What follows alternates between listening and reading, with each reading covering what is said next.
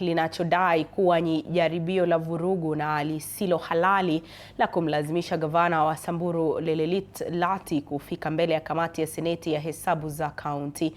Kwenye taarifa yao kwa vyombo vya habari, baraza la magavana limewatuhumu baadhi ya maseneta kwa vitendo vya vitisho, unyanyasaji na hata shambulio la kimwili, wakisema hatua hizo zinadhoofisha katiba, utu wa binadamu na heshima ya ofisi ya umma.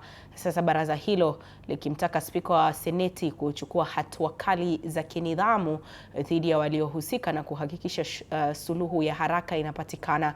Aidha, wameonya kuwa tukio hilo linaweza kufikishwa mahakamani, wakisisitiza umuhimu wa uwajibikaji, nidhamu na utawala wa sheria.